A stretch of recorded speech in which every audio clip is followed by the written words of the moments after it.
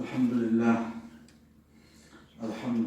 وحده والصلاة والسلام على من لا نبي بعده ثم بعد فأعوذ بالله من الشيطان الرجيم بسم الله الرحمن الرحيم هل جزاء الإحسان إلا الإحسان فبأي آلاء ربكما تكذبان وقال تبارك وتعالى إن الله يأمر بالعدل والإحسان وإيتاء ذي القربى وينهى عن الفحشاء والمنكر والبغي يعظكم لعلكم تذكرون صدق الله العظيم.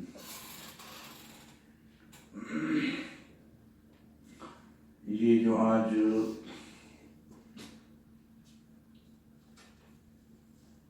آپ کی اس کانفرنس میں درس قرآن کا جو موضوع ہے هل جزاء الإحسان إلا الإحسان،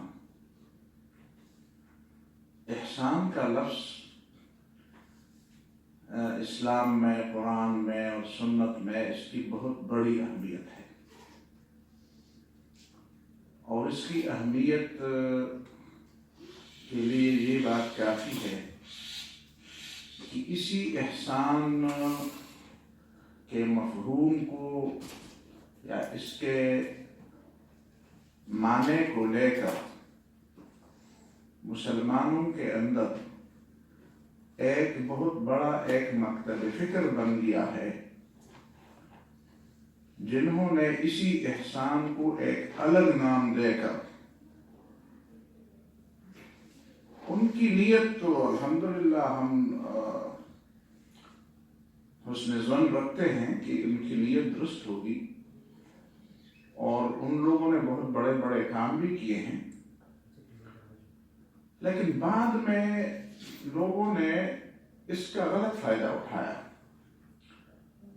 اور احسان کے ساتھ ایک دوسرا لاحقہ لگا کر تصوف اور سلوک کے نام پہ ایک مستقل مکتب فکر بنا دیا، اور اسی مکتب فکر کو آج کل اسلام کی اصل جو تصویر ہے، جو اصل امیج ہے اسلام کی، اس کے خلاف استعمال کیا جا رہا ہے، اور مسلمانوں کے اندر بہت بڑے پیمانے پر یہ کوشش ہو رہی ہے مغرب کی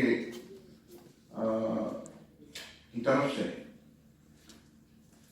کہ مسلمان اسلام کی وہ ایڈیشن اپنائیں جس کو تصوف اور سلوک کہتے ہیں، اور اس کے مقابل جو مجاہدانہ اور اقامت دین اور اقامت حق اور حق کے لیے اور حق کے غلبے کے لیے جدوجہد کی جو ایڈیشن ہے، اس کو آنکھوں سے اوجھل کیا جائے۔ لہذا ہمیں اس لفظ کی پوری وضاحت جو ہے وہ درکار ہے، اگرچہ آج کا موضوع اس کا نہیں ہے تو میں نے اشارہ کر دیا۔ احسان کا لفظ عربی زبان میں اور اردو زبان میں الگ الگ مفاہیم رکھتا ہے۔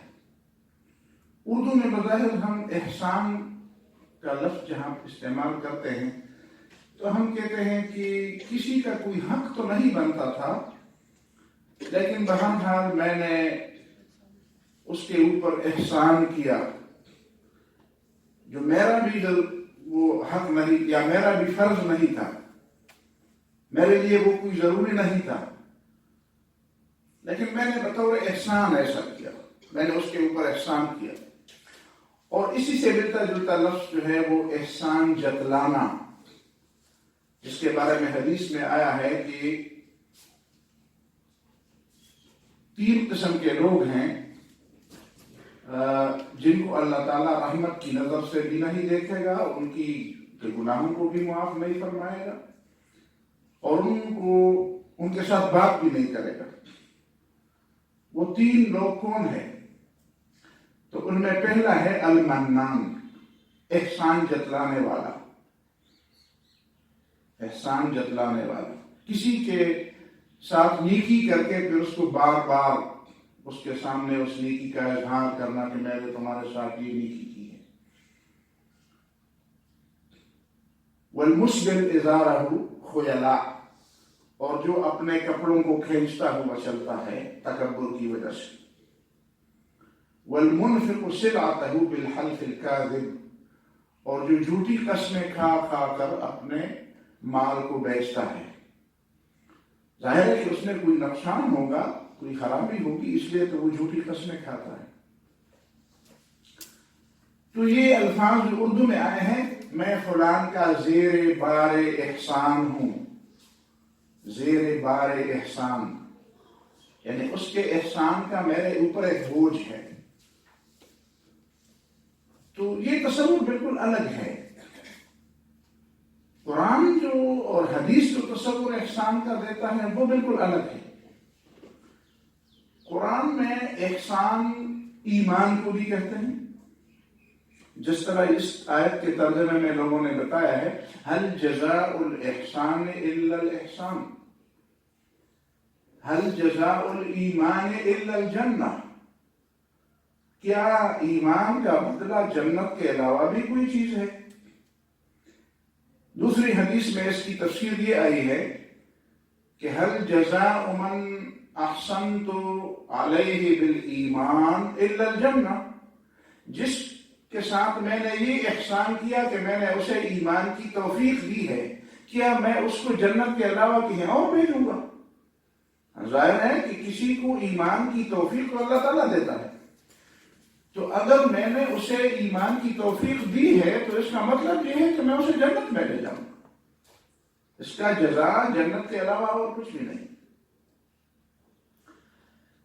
اسی طرح ایمان کا معنی حدیث میں اتباع سنت بھی ہے، سنت کا اتباع کرنا، سنت کا اتباع کرنا، سنت رسول صلی اللہ علیہ وسلم کا اتباع کرنا۔ جس طرح علماء نے ایک عمل صالح کی قبولیت کے لیے جو شرائط پیش کی ہیں قرآن و حدیث کے مطالعے کے نتیجے میں، کہ ایک انسان کا عمل کب صالح شمار کیا جائے گا اور کب اللہ تعالیٰ اسے قبولیت کا درجہ عطا فرمائے گا، اس کے لیے 4 شرطیں ہیں۔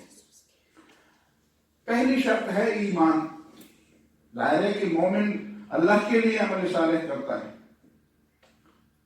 جو عمل اللہ کے لیے نہ ہو اسے کوئی یہ نہ سمجھے کہ اس کا اللہ تعالیٰ بدلہ دے گا، چاہے وہ کتنی ہی بڑائی کی بات ہو۔ ہم سے لوگ پوچھتے ہیں کہ یار جن لوگوں نے یہ لائٹ ایجاد کی ہے، جہاز ایجاد کیا ہے، یہ چیزیں بنائے ہیں، کیا ان کو اللہ تعالیٰ جہنم میں لے جائے گا؟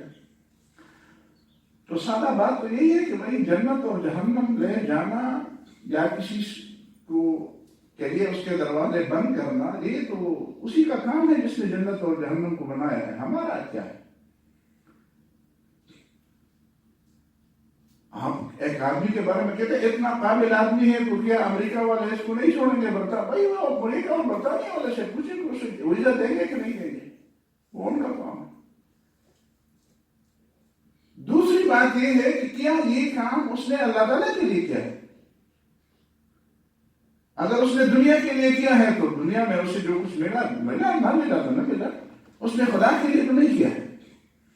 اس کی تو ایسی مثال ہے کہ میں نوکری PMC میں کرتا ہوں اور تنخواہ کا مطالبہ جا کر KNU سے لینا چاہوں، ہم ان کو کہوں کہ آپ اچھے لوگ ہیں مجھے تنخواہ دے دیں، وہ مجھے کہیں گے کہ آپ نے کہاں پہ کام کرتے کہ میں تو PMC نہیں کرتا، بتائیے آپ PMC سے لوگ وہاں پہ کر لو۔ تو ظاہر ہے کہ جس کے لیے آپ نے کام کیا ہے، آپ ریٹرن یا جو فائدہ یا جو بینیفٹ ہو اسی سے مطالبہ کریں، کلیم وہاں پہ کریں جہاں پہ آپ نے کام کیا ہے، جس کے لیے آپ نے کام کیا ہے۔ یہ تو کامن سینس کی بات ہے۔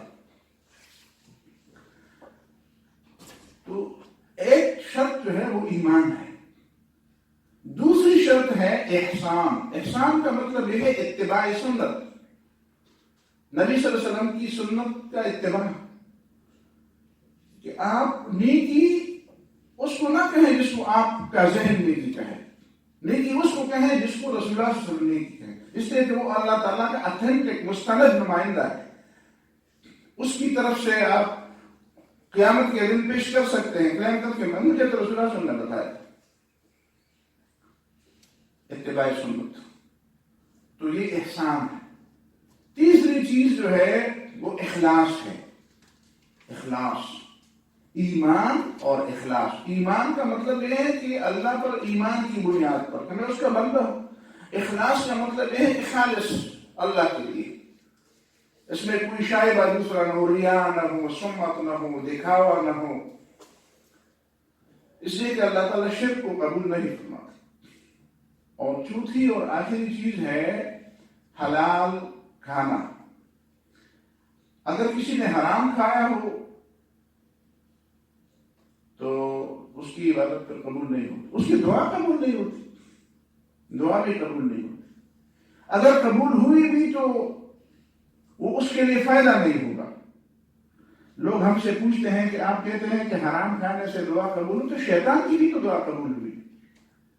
شیطان نے دعا نہیں کی تھی کہ اللہ مجھے قیامت تک مہلت دے، تو اللہ تعالیٰ نے تو اس کی بھی دعا قبول. اس میں تو نہ ایمان تھا، نہ اخلاص تھا، نہ اتباع سنت تھا، نہ حرام سے اجتناب تھا، نہ اخلاص، کچھ بھی نہیں تھا. ان 4 شرطوں میں کوئی شرط بھی نہیں تھی ابلیس کی دعا میں. تو پھر کیسے قبول ہوئی؟ تو آپ جواب دیں گے کہ قبول تو ہو گئی، لیکن اس کی قبولیت اس کے لیے کوئی فائدہ تو نہ دے سکتی. اس کے نتیجے میں اسے کیا فائدہ ہوا؟ جائے گا تو آخر جہنم میں. اتنی لمبی مدت اتنے بڑے بڑے گناہ کر کے اس کے عذاب میں مزید اضافہ ہوگا. مظاہر تو وہ سمجھا کہ میرا کام ہو گیا، لیکن مقصد اور فلاح اس کو نہیں کہتے کہ جو آپ سمجھتے ہیں وہ مطلب پورا ہو جائے. آیا وہ مطلب پورا ہونے کی چیز ہے بھی کہ نہیں ہے؟ وہ تو خیر اس موضوع پر نہیں ہے، لیکن اقبال نے اسی انداز سے ایک بار سمجھانے کی کوشش کی تھی کہ تیری دعا ہے کہ ہو تیری آرزو پوری، میری دعا ہے تیری آرزو بدل جائے. تم تو جو کچھ مانگتے ہو، تمہاری تو تمنا یہ ہے کہ وہ چیز مجھے مل جائے، لیکن اس چیز سے بڑھ کر ایک اور چیز ہے. لیکن تمہاری ذہنیت یا تمہارا جو نصب العین ہے، تمہارا جو ویژن ہے، وہ ویژن بہت چھوٹا ہے. میری دعا ہے تیری آرزو بدل جائے، میری دعا ہے کہ تیرا ویژن بہت وسیع ہو جائے، بہت بڑھ جائے، بہت عظیم ویژن آپ کا. آپ چھوٹے چھوٹے چیزوں کو ویژن بنا رہے ہیں زندگی کی. تو اتباع سنت. احسان کا مطلب خوف خدا بھی ہے. خوف خدا، ان تعبد اللہ کأنک تراہ، اسی حدیث میں ہے. احسان یہ ہے، نبی صلی اللہ علیہ وسلم نے فرمایا کہ ان تعبد اللہ کأنک تراہ، تو اللہ کی بندگی ایسے انداز سے کرے کہ جیسا تو اسے دیکھ رہا ہے. فإن لم تكن تراہ فإنہ یراک، تو نہیں دیکھ رہا وہ تو تمہیں دیکھ رہا ہے. یہ تو تمہیں احساس ہونا چاہیے کہ وہ تمہیں دیکھ رہا ہے. تو خوف خدا کی بنیاد پر جو عمل ہوگا وہ احسان ہوگا. اور خوف خدا کی بنیاد پر عمل کرنے والا وہ محسن ہوگا. محسن، احسان کرنے والا، وہ اچھا عمل کرنے والا ہوگا. احسان کا ایک مفہوم ہے اتقان، یعنی ایک عمل کرتے وقت آپ کی صلاحیتیں جتنی ہیں، کوئی کام آپ کے سپورٹ ہو تو آپ اپنی دماغی، جسمانی اور قابلیت کی جتنی صلاحیتیں بھی آپ کے پاس ہو، آپ ان ساری صلاحیتوں کو بروئے کار لائیں اور ان میں سے کوئی چیز بھی بچا کے نہ چھوڑیں. اسی کو کہتے ہیں احسان. اس کی ضد یہ ہے کہ جس طرح بیگار کہتے ہیں، بیگار کا مطلب یہ ہے کہ ایک آدمی بس وقت گزاری کرے. وہ جو کام بھی کرتا ہے وہ اپنی صلاحیتوں کو بھرپور انداز سے استعمال نہیں کرتا، وہ بچا کے رکھتا ہے. اپنی جسمانی، اپنی دماغی، اپنا تجربہ وہ بچا کے. یہ وہ بنیادی چیز ہے جس کی بہت ضرورت ہے، اور خاص کر ہم مسلمانوں کو اس کی بہت بڑی ضرورت ہے. میں سمجھتا ہوں کہ دنیاوی معاملات میں جو ہم پیچھے ہیں، اس کی ایک وجہ یہ بھی ہے کہ ہمارے ہاں کسی کام کے کرتے وقت، کسی ذمہ داری اٹھاتے وقت، کسی فریضے کی ادائیگی کے وقت ہم اپنی بھرپور قوتوں کو استعمال نہیں کرتے، ہم اپنی بھرپور صلاحیتوں کا استعمال نہیں کرتے، چاہے وہ جسمانی صلاحیتیں ہوں، چاہے وہ ذہنی اور فکری اور دماغی صلاحیتیں ہوں۔ ان صلاحیتوں کو بروئے نہ لانا، یہ لیکن اللہ تعالیٰ نے فرمایا کہ میں نے یہ دنیا عارضی طور پر بنائی ہے، لیکن یہ کائنات اللہ تعالیٰ نے عارضی طور پر بنائی، مستقل نہیں بنائی، لیکن اس کے باوجود قرآن کہتا ہے کہ صنع اللہ الذی اتقن کل شیء، اللہ کی کاریگری کو دیکھو، اللہ تعالیٰ کی صناعیت کو دیکھو، کاریگری کو دیکھو، اس نے جو چیز بھی بنائی ہے نا، اتقن کل شیء، بڑی مضبوط بنیادوں پر، اور اتنی مضبوط بنیادوں پر اللہ تعالیٰ نے یہ عارضی نظام بنایا ہے کہ اس پہ مستقل کا گمان ہوتا ہے، بلکہ گمان نہیں، مستقل کا یقین ہوا ہے لوگوں کو، کتنے لوگوں کو، کتنے دنیا کی اکثریت کو تو یقین ہے کہ یہ چیز مستقل ہے۔ یہ دنیا دیکھو نا، یہ سورج، یہ چاند، یہ تارے، یہ ہوا، یہ زمین، یہ نیچرل جو نظام قوانین ہے، لوگ اس کو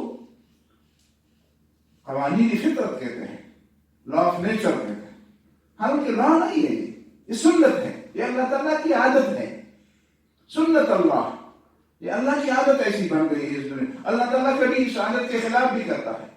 یہ معجزات اسی لیے تو ظاہر ہوتے ہیں کہ اللہ تعالیٰ کی عادت یہ ہے کہ اسی طرح نہیں ہوتا، لیکن اللہ تعالیٰ کر دیتا ہے، آگ جلا دیتی ہے، لیکن ابراہیم علیہ السلام کو حکم دیا کہ نہ جلا، تو یہ اگر نیچر ہوتی آگ کی تو پھر وہ ابراہیم علیہ السلام کو بھی جلا دیتی، لیکن نیچر نہیں ہے، اس کو ہم نیچر کہتے ہیں سمجھانے کے لیے، اس میں کوئی حرام نہیں ہے، لیکن ذہن میں یہ بات رہے کہ یہ اللہ کی سنت ہے۔ تو دیکھیں اللہ تعالیٰ نے یہ کائنات اور انسان کا موجودہ سسٹم، یہ جو ہمارا موجودہ نظام ہے جس پہ ہم زندگی گزارتے ہیں، یہ سسٹم بھی عارضی ہے۔ قیامت کے دن اللہ تعالیٰ جب ہمیں دوبارہ اٹھائے گا تو ہمیں جسم تو دے گا، لیکن اس جسم کا نیچر اس جسم کے نیچر سے الگ ہوگا۔ وَنُنْشِئَكُمْ فِي مَا لَا تَعْلَمُونَ، کیا تم اس بات سے منکر ہو کہ ہم تمہیں ایسی پیدائش سے پیدا کریں گے جو ابھی تمہیں معلوم ہی نہیں ہے؟ اس کا مطلب یہ ہے کہ انسان کے لیے ایک معیار ہے اللہ کے ہاں، ایک بلند معیار ہے، انسانی زندگی کا ایک بلند معیار ہے، اور وہ بلند معیار ابھی تک ہمارے ذہن میں بھی نہیں آیا، اللہ کے ہاں موجود ہے، اور اللہ تعالیٰ نے اس کے لیے ایک جگہ بھی بنائی ہے کہ اس معیار پہ آپ کو پیدا کریں گے تو یہ دنیا اس معیار کے لحاظ سے بہت نیچے ہے، یہاں پہ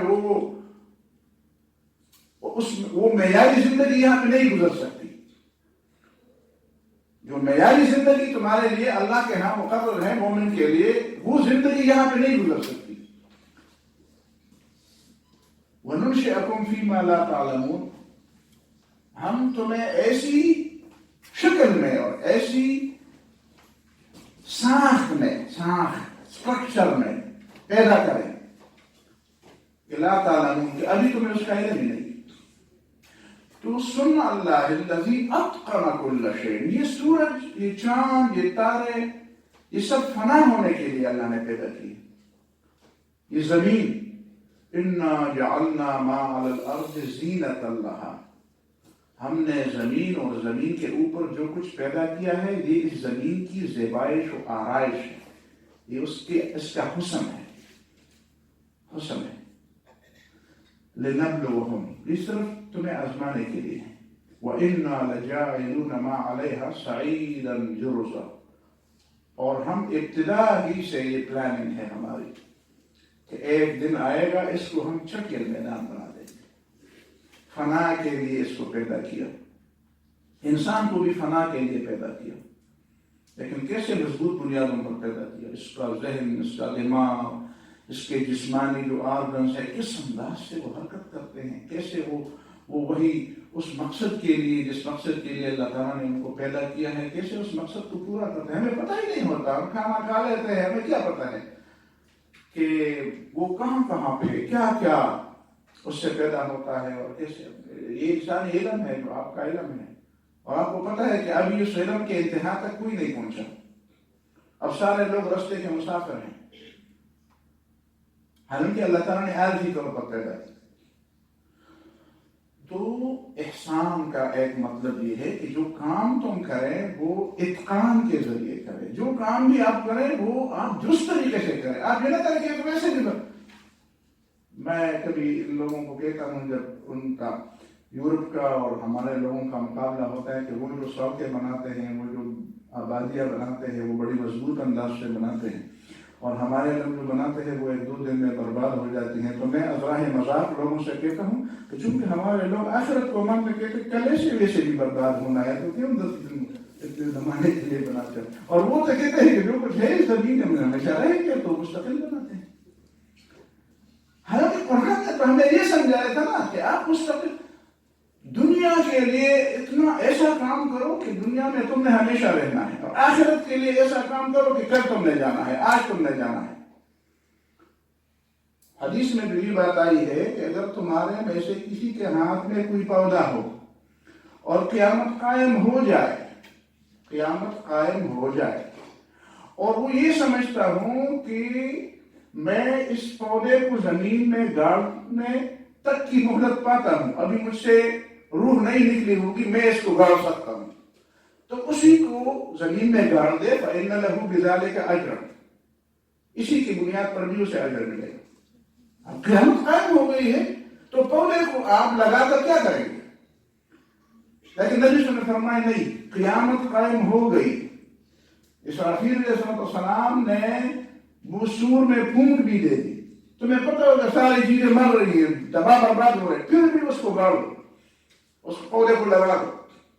موت سے پہلے اگر وہ تم لگا دو گے تو تمہیں اس کا اجر ملے گا. ہم کی دنیا برباد ہونے والی ہے. دنیا کے لیے کام کرو تو مذاق تو نہ بناؤ، دیگر تو نہ کرو. اپنی صلاحیتوں کو اور اپنی پوری قابلیتوں کو بروئے لاؤ. احسان کا ایک مطلب ہے کوئی بھلائی، کوئی نیکی، کوئی بھلائی، عام بھلائی جس کو ہم کہتے ہیں نیکی کہتے ہیں، بدی کے مقابلے میں کوئی بھلائی. احسان کا ایک مطلب عربی زبان میں ہے قرآن و سنت میں بلا معاوضہ، بغیر کسی بدل کے، بغیر کسی فائدے کے، بغیر کسی ریٹرن کی توقع کے کسی کے ساتھ کچھ نیکی کرنا یا کسی کو کچھ دینا،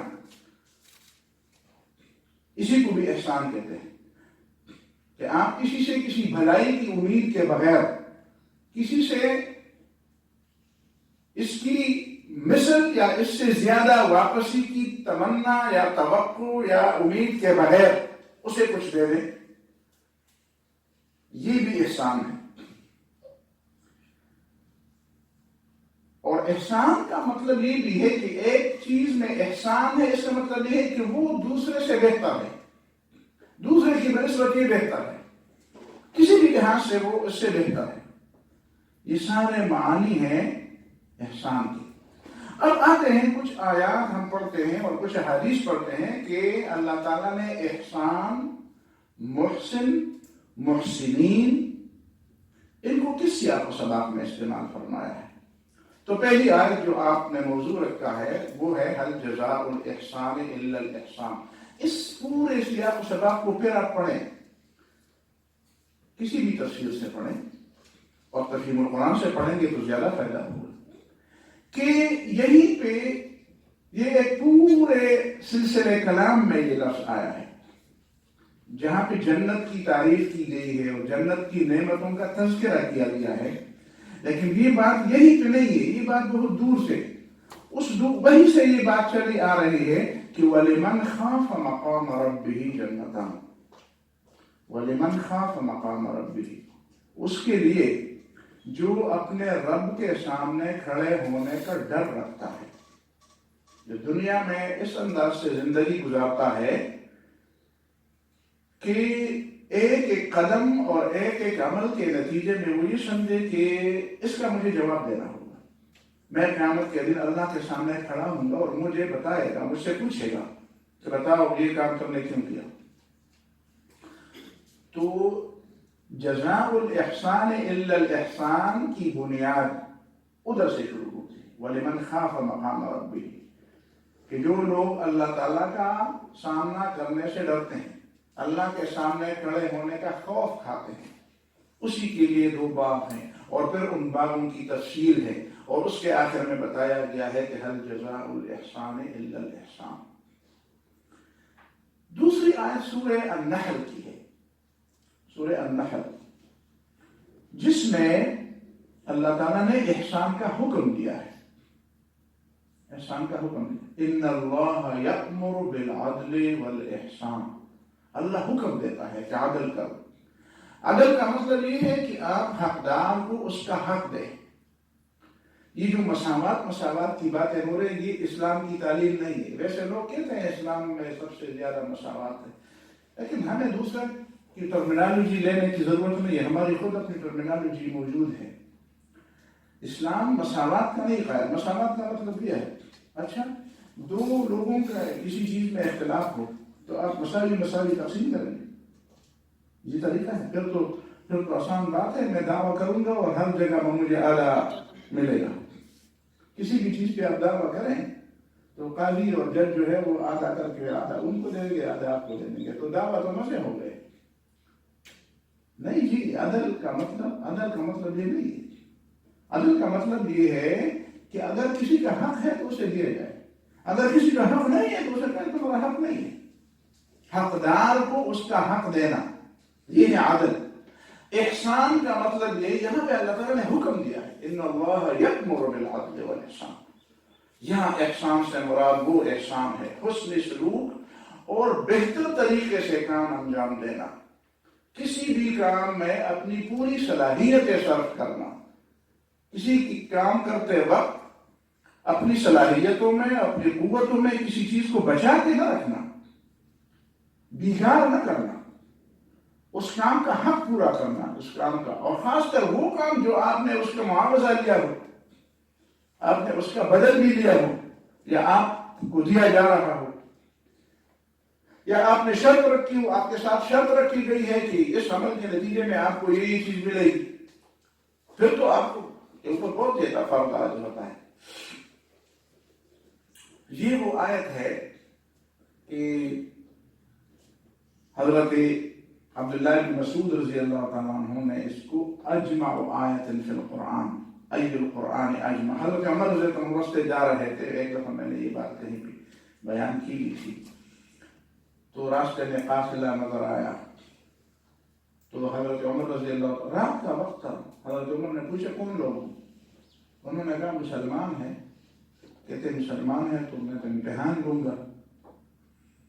تو پوچھا ای القرآن اعظم، قرآن مجید میں سب سے بڑی آیت کون سی، عظیم آیت کون سی؟ ادھر سے جواب آیا اللہ لا الہ الا هو الحی القیوم، آیت الکرسی. تو حضرت عمر رضی اللہ تعالیٰ عنہ نے پھر سوال کیا ای القرآن اجمع، قرآن کی سب سے جامع ترین کمپریہنسو، جس پہ سارے موضوعات آ چکے ہیں، ایسی آیت کون سی ہے؟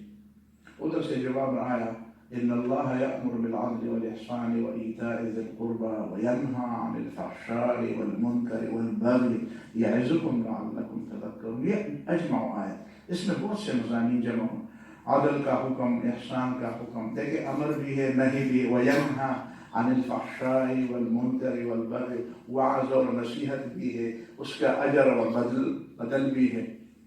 بہت عظیم سورۃ النحل کی آیت ہے، آیت نمبر 90. تو پھر اس نے پوچھا ای القرآن اخوف، قرآن مجید کی کون سی آیت سب سے زیادہ خطرناک ہے، خوفناک ہے، جس سے ڈر کھایا جائے، خوف کھایا جائے؟ تو ادھر سے جواب آیا من یعمل سوءا یجز بہ، جس نے بھی برائی کی اسے اس کا بدلہ دیا جائے گا. جس نے بھی برائی کی وہ برائی کے بدلے کے لیے تیار ہوگا، ایکشن کہ مقابلے میں ریئیکشن تو ہوگا. تو پھر فرمایا حضرت عمر نے پوچھا ای القرآن ارجع، قرآن مجید کی وہ کون سی آیت ہے جو سب سے زیادہ امید اور تما دلانے والی ہے، جس سے آدمی مطمئن ہو جاتا ہے کہ چلو کچھ تو ہو جائے گا. تو آگے سے جواب آیا کہ یا عبادی الذین اسرفوا علی انفسہم لا تقنطوا من رحمت اللہ، میرے وہ بندو جنہوں نے اپنے آپ پر ظلم کیا ہے اللہ کی رحمت سے مایوس نہ ہو. ان اللہ یغفر الذنوب جميعا، اللہ تعالیٰ سارے گناہوں کو بخش دیتا ہے اگر اس کا ارادہ ہوا، اور توبے سے تو بخش دیتا ہے. انہ هو الغفور الرحیم، اللہ تو بخشنے والا مہربان. تو جب یہ سوالات ہوئے نا تو حضرت عمر رضی اللہ تعالیٰ عنہ نے بلند آواز سے کہا اللہ افیکم ابن ام عبد، تمہیں خدا کی قسم تمہارے اندر عبداللہ بن مسعود موجود نہیں ہے. مطلب یہ ہے کہ اتنے اہم سوالوں کے اتنے درست جوابات یہ تو عبداللہ بن مسعود کا کام ہو سکتا ہے، باقی لوگوں سے تو اتنی توقع نہیں ہے کہ وہ اتنے. تو انہوں نے کہا اللہم نعم، ہاں ہاں یہ عبداللہ بن مسعود ہیں. انہوں نے یہ جوابات دیے. تیسری آیت ہے وَلَا تَمْنُنْ تَسْتَكْثِرْ، سورہ المدثر کی آیت نمبر 6. وَلَا تَمْنُنْ تَسْتَكْثِرْ، ایسا احسان مت کر کہ جس کے نتیجے میں تو زیادہ کا طالب ہو، زیادہ کی طلب کرے. جس طرح ہمارے یہاں ہوتا ہے فلان کو میں اتنی چیزیں دوں گا، جب موقع آئے گا تو وہ اس سے زیادہ مجھے دے گا، مجھے زیادہ واپس کر دے گا. وَلَا تَمْنُنْ تَسْتَكْثِرْ، دوسرا معنی اس کا یہ ہے وَلَا تَمْنُنْ تَسْتَكْثِرْ، اور جو بھی تم احسان کرو اسے زیادہ مت سمجھو. زیادہ سمجھو گے تو وہاں پہ رک جاؤ گے، کم سمجھو گے تو مزید بڑھو گے. مزید بڑھنے کے لیے اپنی نیکی کو کم سمجھنا، جو بھی نیکی تم کرو اس نیکی کو زیادہ نہ سمجھو. مومن کی شان یہ ہوتی ہے کہ اسے اپنی نیکیاں کم اور اپنی برائیاں زیادہ نظر آتی ہیں. مومن کی یہ شان ہوتی ہے کہ اس کو اپنی نیکیوں سے زیادہ امید نہیں ہوتی جتنا خطرہ اسے اپنے گناہوں سے ہوتا ہے. منافق کی یہ شان ہے کہ اسے اپنی نیکیاں زیادہ نظر آتی ہیں، اپنی برائیاں کچھ بھی نظر نہیں آتی. وہ اپنی نیکیوں کے بدلے میں بہت بڑے اجر کی امید تو رکھتا ہے، لیکن اپنے گناہوں کے نتیجے میں کوئی خوف نہیں کھاتا، کوئی خطرہ محسوس نہیں کرتا. تو قرآن نے فرمایا وَلَا تَمْنُنْ تَسْتَكْثِرْ، ایسا نہ ہو کہ تو نیکی بھی کر لے اور پھر اس نیکی کو بہت زیادہ سمجھے کہ بس میں نے تو بہت کام کیا ہے، بس جی ہم تو ریٹائر ہو گئے ہیں، بس ہم نے بس جی آپ کریں، آپ جانے اور ہم نے اپنا حصہ پورا کرنا. نہیں جی، یہ موقع ہے اور زیادہ سے زیادہ نیکیاں. اور پھر نیکی کرتے وقت قرآن مجید میں ایک آیت ہے کہ جس کو حضرت عائشہ کے سامنے رسول اللہ صلی اللہ علیہ وسلم نے بیان فرمایا کہ الذین یؤتون ما اتوا وقلوبهم وجلۃ، کہ جو عمل کرتے ہیں تو ان کے دل کانپتے ہیں. تو حضرت عائشہ نے فرمایا اے اللہ کے رسول جب گناہ کرتے ہیں تو دل کانپتے ہیں، یہ مراد ہے؟ کہتے ہیں نہیں، نیکی کرتے وقت بھی دل کانپتے ہیں. تو نیکی کرتے وقت دل کیوں کانپتے ہیں؟ اس لیے کانپتا ہے کہ پتہ نیکی تو کی تو پتہ نہیں قبول بھی ہوگی کہ نہ ہوگی، اس لیے کہ وہ شرائط ہیں کہ نہیں ہے.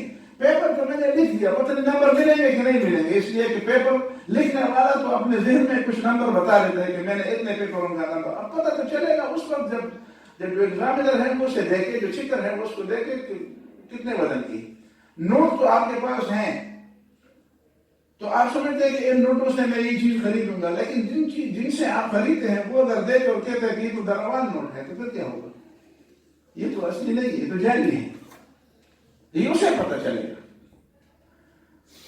تو وَلَا تَمْنُنْ تَسْتَكْثِرْ، احسان کا ایک مطلب یہ بھی ہے کہ جو مال تمہارے پاس ہے وہ صرف تمہارے لیے نہیں ہے. کچھ لوگوں کو دوسرے لوگوں کی بنسبت مال سے کچھ زیادہ حصہ ملا ہوتا ہے. اسے یہ سمجھنا چاہیے کہ میرے پاس جو کچھ زیادہ آیا ہے اس کا مطلب یہ ہے کہ کسی اور کا حق میرے پاس آیا ہے. یعنی ٹھیک ہے وہ جائز طریقے سے ہو آپ کے پاس کروڑوں ہوں اربوں ہوں اور جائز طریقے سے آپ نے کمائے ہوں، لیکن اس کے باوجود یہ آپ سوچیں کہ یہ کروڑوں اربوں میری ذہانت، میری قابلیت یا میرے اوپر اللہ تعالیٰ کی طرف سے آزمائش. درست بات تو یہ ہے کہ آزمائش، تو آزمائش میں یہ مجھے حصہ زیادہ ملا ہے اور اس پورے ماحول میں ایسے لوگ ہیں کہ ان کو حصہ کم ملا ہے. اب میرا فرض بنتا ہے کہ چونکہ مجھے زیادہ ملا ہے، اس کا مطلب یہ کہ اللہ تعالیٰ نے میرے اوپر احسان کیا ہے، مجھے زیادہ دیا ہے. اب اس کا مطلب یہ ہے کہ میں دوسرے لوگوں پر احسان کروں کہ ان کو بھی کچھ دوں. یہی بات قارون کو اس زمانے کے مومنوں نے بتائی کہ وہ احسن کما احسن اللہ الیک ولا تبغ الفساد فی الارض ان اللہ لا يحب المفسدین. جس طرح اللہ تعالیٰ نے تمہیں تمہاری ضرورت سے زیادہ دیا ہے، اسی طریقے سے تم بھی ان لوگوں پر احسان کرو جن کے پاس ضرورت سے کم ہے. اور آگے پہ فرمایا ولا تبغ الفساد فی الارض، فساد کے پیچھے نہ پڑو، فساد نہ کرو. اس کا مطلب کیا ہے کہ یہ مال و دولت ساتھ رکھنے میں بے اعتدالی اور ان لوگوں کو جن کی ضرورت پوری نہیں ہے ان کو نہ دینا، یہ بھی فساد فی الارض ہے. یہ فساد ہے اور اس سے بڑا فساد پھیلتا ہے. آپ دیکھیں نا یہ سوشلزم کا فساد کیسے پھیلا، اسی لیے تو اسی بنیاد پہ تو پھیلا کہ کچھ لوگ جو سرمایہ دار تھے ان کے پاس بہت زیادہ تھا، ضرورت سے زیادہ بھی، اور جو غریب تھے ان کی بنیادی ضرورتیں پوری نہ کی اور وہ اسے بغیر سود کے کچھ دینے کے لیے تیار نہیں تھے. تو ان کو بھڑکایا گیا کہ انہوں نے تمہارا حق چھینا ہے، تو لڑائیاں پیدا ہوئی، جھگڑے پیدا ہوئے. یہی تو فساد ہے. اور آخرت کا فساد تو اس سے بڑھ کر ہے کہ اللہ تعالیٰ اس کو سزا بھی دے. تو یہ بنیادی چیز ہے. عام باتوں میں بھی احسان، باتوں میں بھی احسان، صرف عمل میں نہیں، باتوں میں بھی احسان. صرف قرآن نے فرمایا وَإِذَا حُيِّيتُم بِتَحِيَّةٍ فَحَيُّوا بِأَحْسَنَ مِنْهَا أَوْ رُدُّوهَا. جب تمہیں کوئی سلام کر دے، اذا حُيِّيتُم جب کوئی تحفہ یعنی سلام تحیہ ہے یعنی ہدیہ ہے. جب دو مسلمان آپس میں ملتے ہیں السلام علیکم کہتے ہیں تو یہ ہدیہ ہے، ہدیہ تحفہ ہے. یہ گویا کہ گفٹ ہے آپ کی طرف سے اس کو. تو آپ کو کوئی گفٹ دے دے تو فحیوا بأحسن منها، آپ اسے بہتر گفٹ دے دیں. وہ کہتے ہیں السلام علیکم، آپ کے وعلیکم السلام ورحمۃ اللہ. وہ کہتے ہیں السلام علیکم ورحمۃ اللہ تو آپ کہتے ہیں وعلیکم السلام ورحمۃ اللہ وبرکاتہ. اگر وہ برکاتہ دیتے تو آپ کہتے ہیں آپ کی طبیعت کیسی ہے، حال کیسا ہے، صحت کیسی ہے، خوش ہیں. تو یہ اچھے الفاظ کا تبادلہ کریں. اس سے نہیں پوچھا، اس سے یعنی یہ بات بنیادی طور پر سمجھنے کی ہے کہ قرآن مجید میں اسلام میں یہ بنیادی چیز ہے کہ جو حق دینے والا ہے اس کو تو دینے پر آمادہ کرتا ہے اور نہ دینے پر اس کو ملامت کرتا ہے، لیکن جس کا حق ہے اس کو خامخواہ لینے کی بات اس کی ترغیب نہیں دیتے. یہ بنیادی بات ہے. لیکن غربت کا مسئلہ رسول اللہ صلی اللہ علیہ وسلم نے کیسے حل کیا؟ عام طور پر ہمارے ہاں یہ ہوتا ہے یار جی غربت ہے، جہالت ہے، اس کے خلاف جہاد ہونا چاہیے. اب نبی صلی اللہ علیہ وسلم نے غربت کے خلاف جہاد بھی کیا، جہالت کے خلاف جہاد بھی کیا، لیکن اس کو نعرہ نہیں بنایا. غریب کی غربت ختم کرنے کا نعرہ نہیں دیا، کام کیا. وہ کام کیسے کیا کہ غریب کو کہا کہ بس تم اپنے حالت پر صبر کرو، اور مالدار کو کہا ان کو دو، لیکن غریب کو نہیں کہا کہ آپ کا حق اس کے پاس ہے، ان سے چھینو، اس سے لڑائی پڑتی ہے. اور اتنا اس کو کہا کہ تم دے دو کہ تم دائیں ہاتھ سے دیتے ہو تو بائیں ہاتھ کو پتہ نہیں ہونا چاہیے. ایسے لوگ جو دائیں ہاتھ سے تو غریب کو دے دے اور بائیں ہاتھ کو پتہ نہ چلے، ایسے لوگ قیامت میں اللہ تعالیٰ کی خاص رحمت کے سائے میں ہوں گے. تو یہ مسئلہ اسی طرح حل کیا. تو مطلب یہ ہے کہ وہ لینے والے کو ابھارا نہیں کہ خامخواہ لینے کے لیے، بلکہ اس کو تو کہا کہ اجملوا فی الطلب. یہ خود کو میں ہم سنتے ہیں کبھی کبھی جہاں پہ آپ ہوں اور مسجد میں خواتین کے لیے جگہ ہوں تو اچھی بات ہے کہ آپ کو موقع ملے تو آپ خطبہ سننے کے لیے جائیں.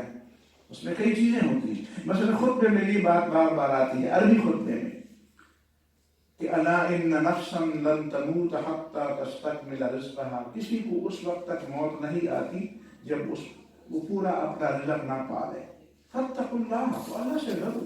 واجملوا فی الطلب، اور رزق کی طلب میں سنجیدگی دکھاؤ. اسی طرح نہ دکھاؤ کہ اس طرح حملے ہوتے ہیں مجھے دے دو مجھے دے دو. یہ ہم اس طرح کرتے ہیں لوگ. ہمارے حاجی جب حج پہ جاتے ہیں اور وہاں پہ صرف لسی تقسیم ہوتی ہے، تو میں نے ایک دفعہ دیکھا نا، وہ ایک آدمی نے چھتری الٹی کی تھی کہ اس میں بہت زیادہ ڈبے آ جائیں. خدا کا خوف کرو. تم پاکستان سے ادھر آئے ہو تو تم دو ریال کی وہ شملے نہیں خرید سکتے، لسی نہیں خرید سکتے. یہ چیز ٹھیک نہیں. اجملوا فی الطلب، دنیا کی طلب میں کسی طرح ہرس مت دکھاؤ. سنجیدگی کے ساتھ، وقار کے ساتھ، عزت کے ساتھ. عزت نفس کے بدلے میں مال نہ لو، عزت نفس کے بدلے میں دنیا نہ لو. عزت نفس اور وقار اور سنجیدگی کو برقرار رکھتے ہوئے، اپنی عزت نفس کو اور اپنے وقار اور اپنے سنجیدگی کو قائم رکھتے ہوئے دنیا کی طلب کرو. یہ پیغمبروں نے کیا ہے، صحابہ نے کیا ہے، یہ کوئی گناہ نہیں ہے. لیکن اس کے بدلے میں اپنی سنجیدگی کو نہ گنواؤ، اپنی عزت نفس کو نہ گنواؤ.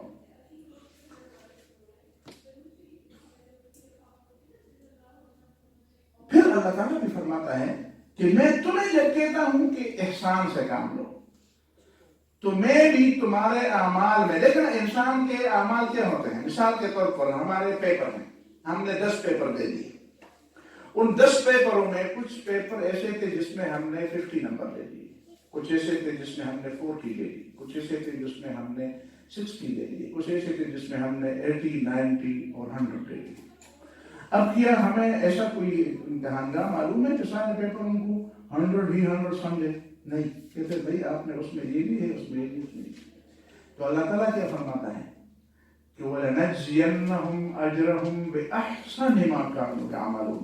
تمہارے پیپروں میں جو پیپر سب سے زیادہ نمبر والا ہوگا، ہم باقی پیپروں کو بھی اسی کے مطابق تمہیں نمبر دے دیں گے.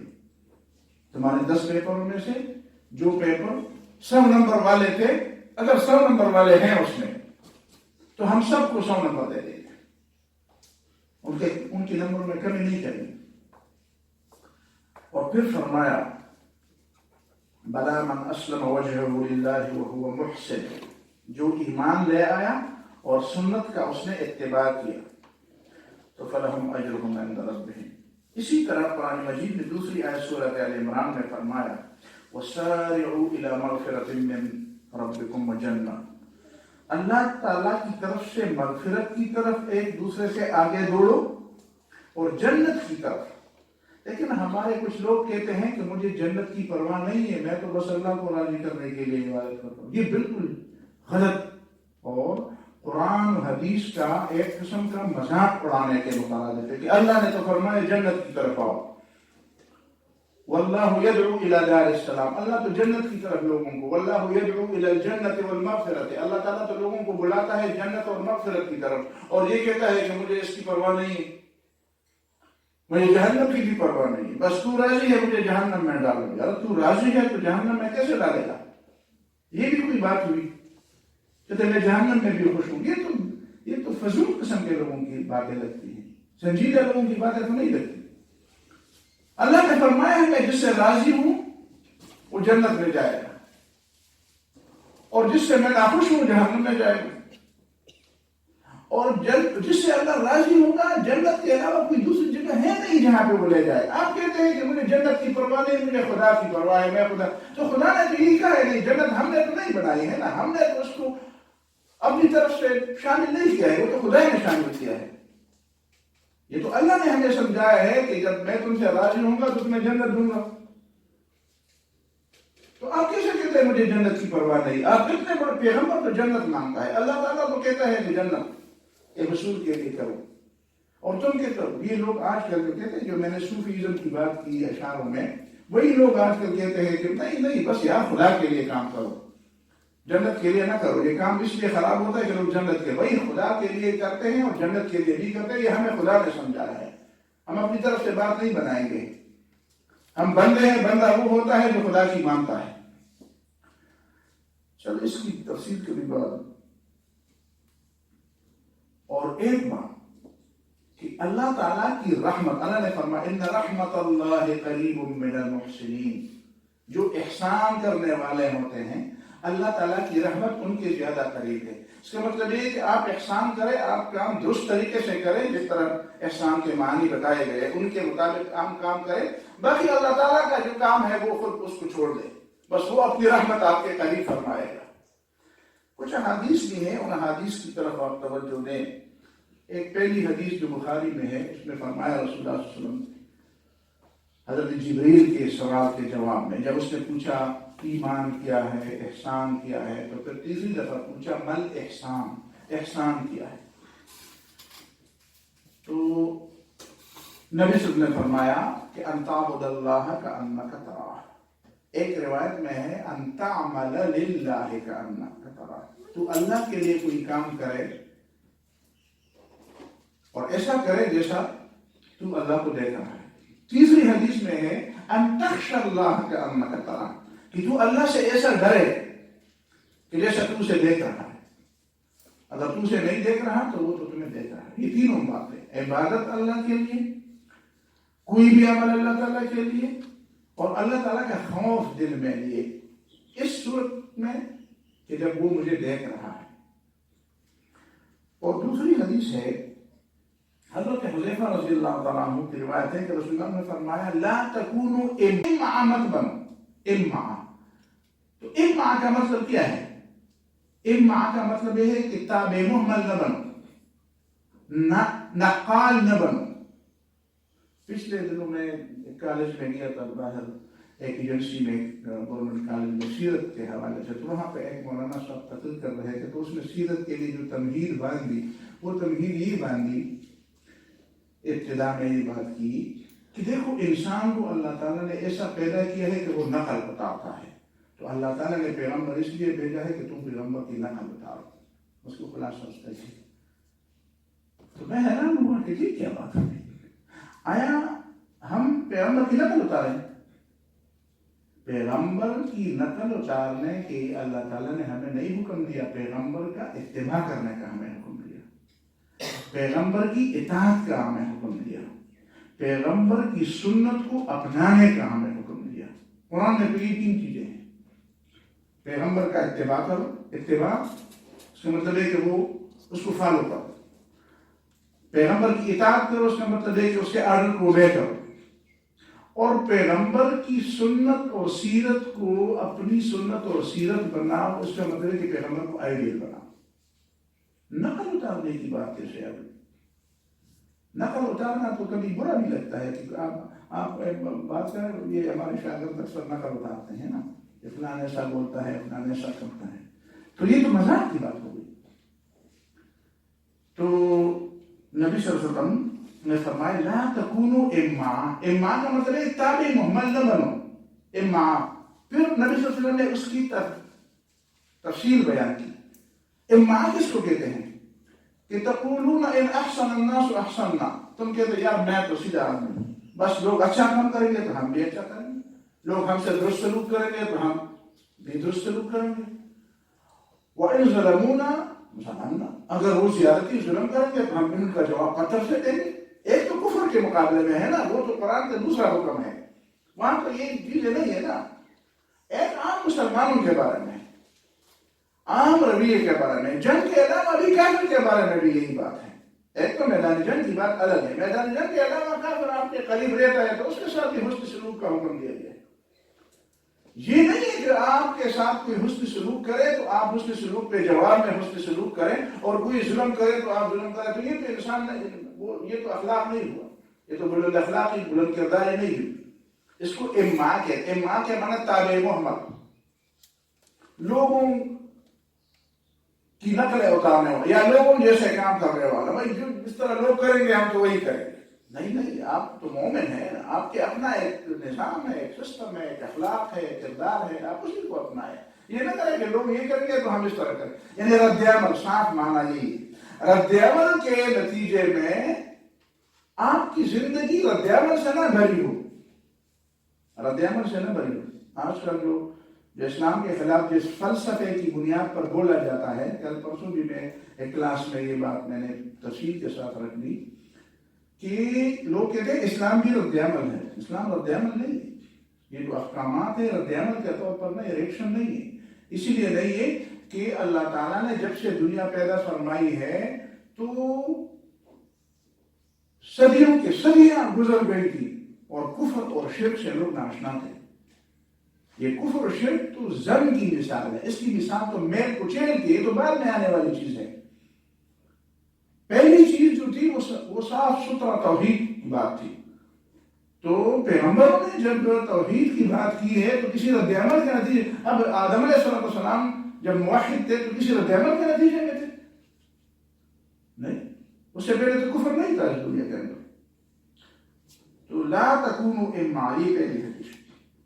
دوسری حدیث ہے رسول اللہ صلی اللہ علیہ وسلم نے فرمایا، ابن عمر کی روایت ہے کہ من استعاذ باللہ فاعیذوہ، جس نے اللہ کے نام سے تم سے پناہ طلب کی کہ مجھے پناہ دو. کسی بھی طریقے سے پناہ لینے کی کئی صورتیں ہو سکتی ہیں، تو اسے پناہ دے دو. ومن سأل باللہ فاعطوہ، اور جو اللہ کے نام سے تمہیں مانگے اسے دے دو. بات پوچھے، کوئی چیز مانگے، کوئی ضرورت کی، تمہارے بس میں ہو تو دے دو. ومن دعاکم فاجیبوہ، اور جو تمہیں دعوت دے اس کی دعوت قبول کرو. ومن صنع الیکم معروفا فکافئوہ، یہ بڑی زبردست بات ہے. ساری باتیں زبردست ہے. جو تمہارے ساتھ حسن سلوک کرے فکافئوہ، اس کا بدلہ دو. یعنی دیکھیں نا، اس میں دو چیزیں ہیں. پہلی چیز یہ ہے کہ اس نے جو نیکی کی ہے نا، آپ صرف نیکیاں لینے والے نہ بنیں، آپ کرنے والے بھی بنیں. ہمارے ایک استاد محترم تھے، تو وہ گپ شپ میں ان کے دوست تھے. تو ایک دفعہ ان دوستوں نے کہا، او مولانا صاحب، آپ کو ہم نے کئی دفعہ دعوت پر بلایا، ایک دفعہ آپ بھی تو بلائیں نا. اس نے کہا کہ اگر ہم دعوت بنانے والے ہوں گے تو کھانے والے کون ہوں گے؟ ہمیں تو کھانے کے لیے پیدا کیا گیا ہے. مذاق میں تو ایسا نہ بنو، ایسا نہ بنو. جو بھی کوئی نیکی کرے آپ اپنے بس کے مطابق اس سے بڑھ کر نیکی کریں. اس لیے کہ نیکی کرنے کا مطلب یہ نہیں کہ کچھ لوگ ایسے ہیں جو نیکی کرنے والے ہیں اور کچھ لوگ دوسرے ایسے ہیں جو نیکی سے فائدے اٹھانے والے ہیں. ایسا کوئی تقسیم نہیں ہونی چاہیے مسلمانوں کے معاشرے میں. یہ پہلی بات ہے. دوسری بات اس سے بھی اہم ہے. وہ کیا ہے؟ وہ یہ ہے کہ انسان کے بارے میں عام طور پر کہا جاتا ہے، عربی میں ایک ضرب المثل ہے کہ الانسان عبد الاحسان. انسان تو احسان کا بندہ ہے. اس کا مطلب یہ ہے کہ جو تمہارے ساتھ کوئی احسان کر دے آپ اس کے زیر بار احسان آئیں گے. جیسے اردو کی بات میں نے کی. تو شریعت کا مطلب یہ ہے کہ ایک مومن جو ہے وہ کھلی آنکھوں سے، وہ کسی کے سامنے ایسے انداز سے نہ کہ وہ کسی کا زیر بار احسان ہو، اس کا ضمیر اس کو بار بار ملامت کرے کہ یار ان کا تو میرے اوپر بہت زیادہ احسان ہے تو میں ان کے سامنے کیسے بولوں. نہیں، جو بھی تمہارے ساتھ حسن سلوک کرے، احسان کرے، تو آپ اس احسان کا بدلہ لینے کی کوشش کریں. اور اگر بدلے میں آپ کے پاس کچھ بھی نہ ہو تو پھر کیا ہوگا؟ فَإِن لَمْ تَجِدُوا مَا تُكَافِئُوهُ، اگر تمہارے پاس کچھ بھی نہ ہو کہ اس کے احسان کا تم اسے بدلہ دو تو پھر کیا کرو؟ فَادْعُوا لَهُ، پھر اللہ تعالیٰ سے اس کے لیے دعا مانگو. یا اللہ اس کو ہمت دے، اس کو توفیق دے، اس کو شفا دے، اس کو خوشیاں دے، اس کی مغفرت فرمائے، اس کو جی. اور اتنی دعائیں اس کے لیے دو حتی تعلموا ان قد کافأتموہ، حتیٰ کہ تمہیں پتہ چلے، تمہیں یقین ہو جائے اور تمہیں اطمینان ہو جائے کہ میں نے تو اس کو اس کا بدلہ دے دیا. دیکھیں نا، تاکہ آپ کا ضمیر جو ہے وہ بوجھ سے ہلکا ہو جائے. اپنے ضمیر پر کسی کے احسان کا بوجھ نہ مت لاؤ. یہ بہت بڑی بات ہے. اور آخری بات رسول اللہ صلی اللہ علیہ وسلم نے فرمائی ہے، عقبہ بن عامر کی روایت ہے کہ رسول اللہ صلی اللہ علیہ وسلم نے فرمایا سل من قطعک، اور امعاء والی بات، امعاء نہ بن، سل من قطعک، جو تمہارے ساتھ تعلقات کاٹے اس کے ساتھ تعلقات جوڑ. وَأَعْطِ مَنْ حَرَمَكَ، اور جو تمہیں محروم رکھتا ہے اسے دے دو، بلکہ اسے زیادہ دے دو، اسے دینے میں زیادہ. ایک حدیث میں ہے کہ تمہارے رشتہ داروں میں جو تمہارے ساتھ برا سلوک کرنے والے ہیں اور وہ حقدار ہے، سب سے پہلے اس کو دے دو۔ جو تمہارے ساتھ برائی کرنے والا ہے اسے زیادہ دے دو۔ اپنے نفس کے اوپر پاؤں رکھ کر، یہ تربیت ہے، یہ تربیت ہے۔ خود اپنی تربیت کرو، صرف وہ اسسمنٹ اسی کو کہتے ہیں، اسی کو کہ اپنی تربیت خود کرو۔ اور تیسری چیز وَاعْفُ عَمَّنْ ظَلَمَكَ، اور جو تمہارے ساتھ ظلم کرے اس کو معاف کرو، اس کو چھوڑ دو۔ اور ایک دوسری روایت میں ہے وَأَحْسِنْ إِلَىٰ مَنْ أَسَاءَ إِلَيْكَ، اور جو تمہارے ساتھ برائی کرے تو اس کے ساتھ حسن سلوک کرو۔ برائی کرنے والے کے ساتھ حسن سلوک کرنا یہ بہت بڑے ہمت والے لوگوں کا کام ہے۔ بس یہ چند باتیں اس آیات اور احادیث کے حوالے سے تھی کہ میں نے آپ کے سامنے رکھی۔ اقول قولی ھذا واستغفر اللہ لی ولکم ولسائر المسلمین واستغفروہ انہ ھو الغفور الرحیم۔ کوئی سوال اس کے بارے میں ہو تو بتائیں۔ سر ایک سوال ہے جی۔ اکثر ہم کہتے ہیں یہ جو بھیک مانگنے والے لوگ ہیں، ہاں، کچھ ایسے ہوتے ہیں جو کہ واقعی اس قابل ہوتے ہیں کہ انہیں دیا جائے، اور کچھ ایسے ہوتے ہیں کہ جو ہیبیچول یا پروفیشنل ٹائپ کے لوگ ہوتے ہیں۔ جب وہ یہ کہہ دیتے ہیں کہ اللہ کے نام پہ دے دے، تو ہم خوف کے مارے ہم نہیں چاہتے کہ ہم اس چیز کو کنٹینیوٹی بنائیں یا بالکل۔ اصل میں مسئلہ یہ ہے، وہ حدیث اس وقت میرے ذہن میں یہ بات تھی، اور یہ پوچھا جب بھی جاتا ہے کہ یہ جو سوال کرنے والا ہے دو قسم کے لوگ۔ ویسے ایک تو ازرا ہے، کیونکہ میں عربی کا اسٹوڈنٹ ہوں، اسٹوڈنٹ سمجھے، میں ابھی تک اسٹوڈنٹ اپنے آپ کو کہتا ہوں۔ میرا پی ڈی عربی میں ہے تو عربی کا میرے ذہن میں زیادہ۔ ایک ہوتا ہے سائل، ایک ہوتا ہے سوائل۔ سین کو سوال بنائے، سائل کا معنی مانگنے والا ہے، سوائل کا معنی ہے حملہ کرنے والا۔ تو پتہ چل جاتا ہے کہ وہ سوائل ہے، وہ جو پیشور ہے نا وہ سوائل ہے۔ آپ کو سائل اور سوائل میں فرق بھی کرنا پڑتا ہے۔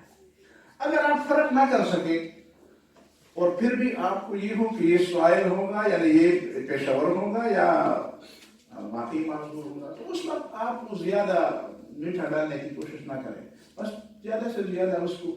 درست بات یہ ہے کہ آپ کے ماحول کے قریب جو لوگ ہیں ان کو آپ کو مانگنے کا موقع ہی نہ دیں، مانگنے کا موقع ہی نہ دیں۔ یہ مانگنے کے بارے میں تو یہ ہے کہ اسلام چونکہ عزت نفس کی تعلیم دیتا ہے اور اسلام اپنے ماحول میں بات کرتا ہے، گویا کہ اسلام ہمیں یہ سمجھاتا ہے کہ ہم نے انسان کی عزت نفس کو اتنی بلندی دی ہے کہ وہاں پہ بغیر مجبوری کے کوئی نہیں مانگتا۔ تو اگر ایسا ماحول ہے اور پھر بھی آپ کے دینے کے باوجود بھی کوئی اتنا مجبور ہے کہ وہ سوال پر ہی اتر آیا ہے، وہ مانگتا ہی ہے، تو اس کا مطلب ہے کہ وہ بہت مجبور ہوگا۔ یعنی یہ ساری چیزیں پیش نظر رہیں۔ اگر ماحول وہ نہیں ہے جو اسلام نے بنایا ہے تو اس کا مطلب یہ ہے کہ پھر وہ چیز بھی نہیں ہے۔ اس کی میں ایک چھوٹی سی مثال بھی دوں۔ مولانا مودودی سے کسی نے پوچھا کہ حدیث میں جو آئی ہے کہ اپنے بچے کو جب وہ 7 سال کا ہو نماز کا حکم دو اور 10 سال کا ہو تو اس کو مارو، اس پہ ہمیں ذرا یعنی وہ مارنے کا لفظ اسے تھوڑا اچھا نہیں لگا تھا۔ تو مولانا مودودی نے فرمایا دیکھو یہ اس ماحول کے لیے نہیں ہے کہ جو بچہ آپ کا 7 سال 10 سال کا ہو جائے اس کا ماموں نماز نہیں پڑھتا، اس کا چچا نماز نہیں پڑھتا، اس کا بڑا بھائی نماز نہیں پڑھتا، اس کے ماحول کے قریب اس کے جو خاندان کے لوگ ہیں، اس کے جو ہمسائے ان میں سے کوئی بھی نماز نہیں پڑھتا، اور ایک ہی بچہ آپ کا ہے اور آپ کہیں کہ تک میں تم نماز، وہ کہیں گا کہ آپ کو یہ میں دشمن ہوں تمہارا۔ اس کا مطلب یہ ہے کہ آپ ماحول کو بھی دیکھیں، ایسا دیکھیں کہ سارے لوگ نماز پڑھ رہے ہوں اور صرف ایک ہی بچہ ایسا ہے کہ وہ نہیں پڑھ رہا، تو آپ کہ آپ کو نہیں معلوم کہ ماحول پورا اس کی طرف لے جانے والا ہے۔ لیکن اگر پورا ماحول دوسری طرف لے جانے والا ہو اور آپ ایک ہی بچے کو تپڑ ماریں گے، اس کا مطلب ہے کہ آپ اس کو الٹا۔ میں مثال دوں، میں UK میں جب تھا تو میرے شاگردوں میں ایک بچے کے بارے میں مجھے بتایا کہ میرا دوست تھا، میرا شاگرد وہ نہیں تھا، وہ میرے شاگرد کا دوست تھا، کہتے وہ تو عیسائی بن گیا۔ مجھے تو بڑا دھچکا لگا، بہت پریشانی۔ میں نے اس کو کہا کہ بیٹا آپ نے اس کا، کہتے وہ ملنے نہیں دیتے، وہ کہیں گرجے میں رہتا ہے۔ میں نے کہا آپ نے کوئی بھی طریقہ اختیار کر کے اس سے ملنا ہے، اسے یہ پوچھنا ہے کہ تم عیسائی کیوں بن گئے۔ وہ حافظ قرآن تھا، اسکول کا لڑکا تھا۔ اب جب وہ لڑکا چلا گیا اور پھر واپس اس نے مجھے رپورٹ دی تو اس نے مجھے یہ بتایا کہ اس نے یہ کہا کہ میں اسی لیے عیسائی بنا کہ میرے والدین مجھے رات کو سحری کے وقت اٹھاتے تھے، خود سوئے رہتے تھے، مجھے اٹھاتے شاباش اٹھو نماز پڑھو اور قرآن مجید اٹھاؤ اور شاباش تلاوت کرو